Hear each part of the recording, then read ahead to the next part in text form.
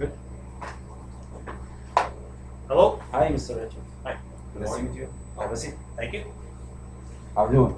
Very good. So I have your resume here, and I see you are a mechanical engineer. Correct. Um, uh, can you tell me about your background? Sure. I went to the University of Detroit University, graduated with a bachelor's in mechanical engineering.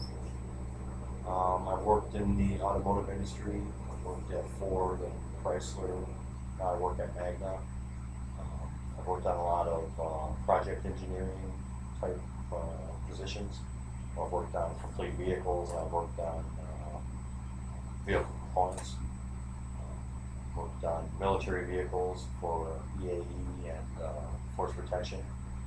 And Hard International, where I worked on a large military vehicle. So I worked on a lot of different systems and vehicles. Primarily, all my stuff has been on vehicle engineering. So. Okay. Can you tell me why did you choose this career? Sure. When I was younger, I really liked cars, and I liked to tinker on them and work on them. And mechanical engineering was a really good fit for working on vehicles. I've always wanted to be in the automotive industry. I've been lucky so far since I've had many positions in the automotive industry, working on many different vehicles. And that's what I like to do, and that's why I chose mechanical engineering.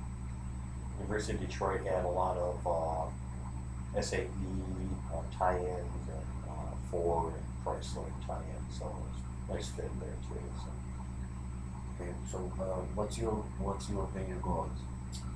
Well, I've been a senior engineer and a mechanical engineer, and my goals are really to become a project engineer or a engineering supervisor right now. Mm-hmm. Long term would be like a engineering director or chief engineer.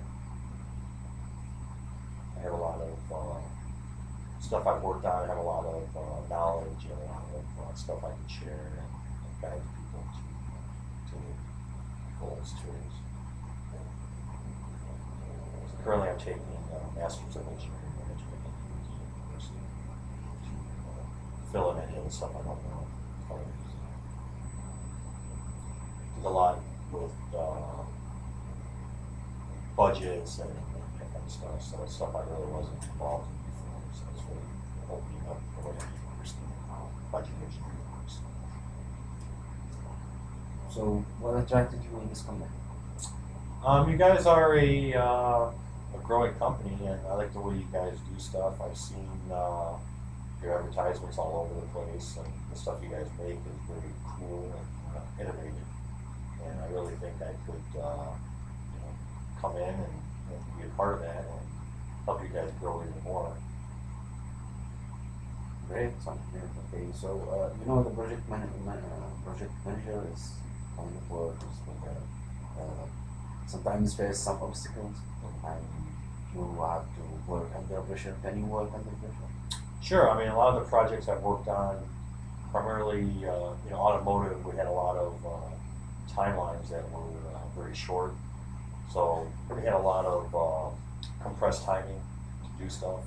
So there was a lot of overtime and a lot of working on the weekends to get stuff done.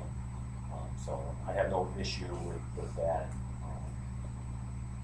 Sometimes there's times when things slow down a little bit, so it's not as hectic, which is nice. But when you're really involved in trying to get something done on time and within a short time frame, there's a lot of work, and you just kind of forget about everything else and just focus and work on it and push through, and usually gets done right on time. So. And do you prefer work in team or individual?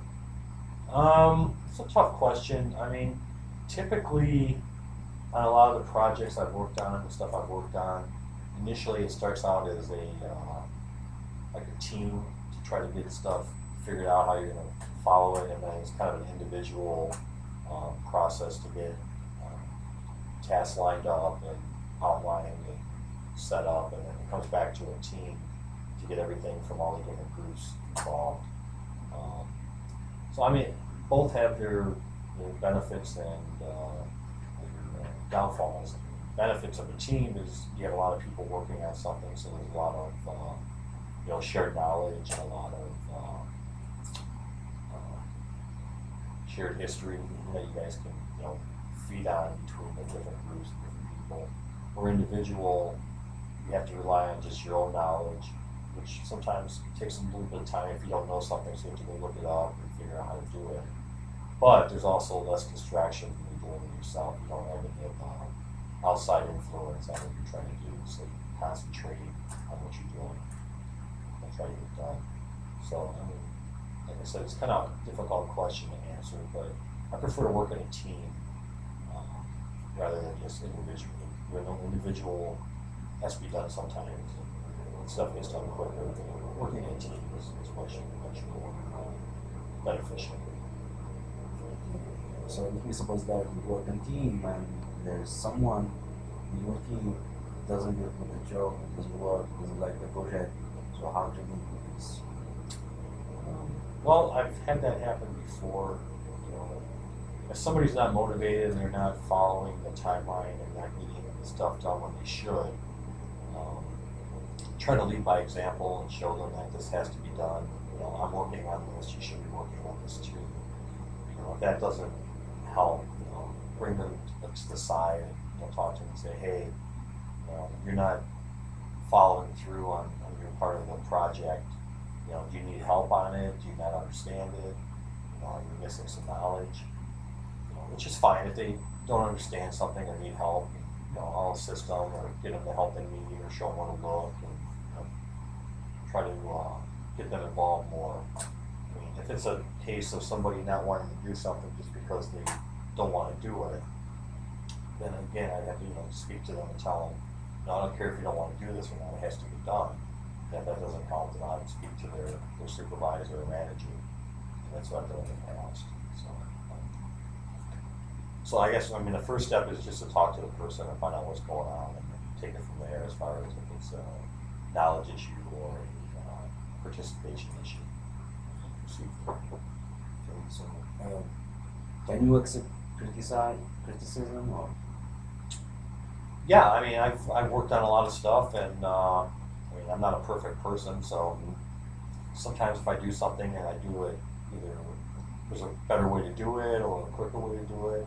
If somebody has information as far as how to do it better or quicker, they let me know, then yeah, that's great. I can do it that way. If I do something wrong and they let me know about it, tell me what I did wrong, then yeah, I can figure out what I did wrong or do it a better way to save time instead of wasting time. So yeah, criticism is good. It's good feedback. You need a little bit of criticism in order to grow and to expand your knowledge and do stuff the easiest way possible. That's one thing I like is to do stuff the easiest way possible instead of wasting a lot of time. If there's shortcuts to do something, to meet in time and meet all the requirements is great. You don't need to go down a 20-point path in order to do something that only takes 5 points to get done. It knows the same quality, some kind of. Okay, so if you have disagreement with your supervisor, how can you deal with that? Yeah, I've had disagreements with my supervisor. First thing I would do is, look at what he said and try to look at the way I was thinking of doing it and see if it makes sense. If it doesn't make sense, then I would talk to him and show him my point of view and take his point of view, and then we can sit down and kind of bounce the ideas off each other on which way it should be done. If it's something that is dangerous or illegal or cause harm to somebody, obviously that's a little bit different than just a disagreement and the way of doing work. If it's something like that, I would tell him that I can't do this. And if he kept pressing it or wanting somebody else to do it, I have to talk to his boss let them know what's going on. So, yeah, I mean, I guess I like to have an open dialogue with my supervisor. We're not always going to see eye to eye, but as long as the project gets done and it gets done correctly and within time and safely and with quality, then I guess it doesn't really matter if I do it my way or his way, as long as it makes sense. Yeah. The work is perfect. So, okay, Mr. Richard, do you have any question for me? Yeah, I mean, how is your company run? What kind of culture do you guys have? So the company team oriented, and we got customer priority in our work, in our job, and we try to meet our deadlines without sacrificing the quality. And we business casual, and the time is flexible. Can work wherever you want. And we don't have limit time and special time. We can work until the job get done. And,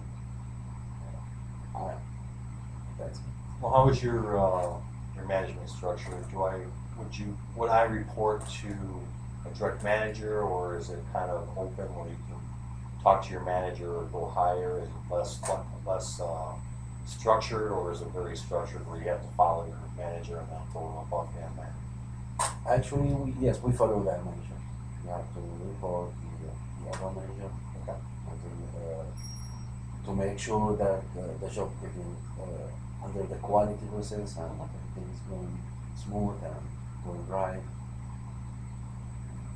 You have to make a report for the managers, the other two. Okay.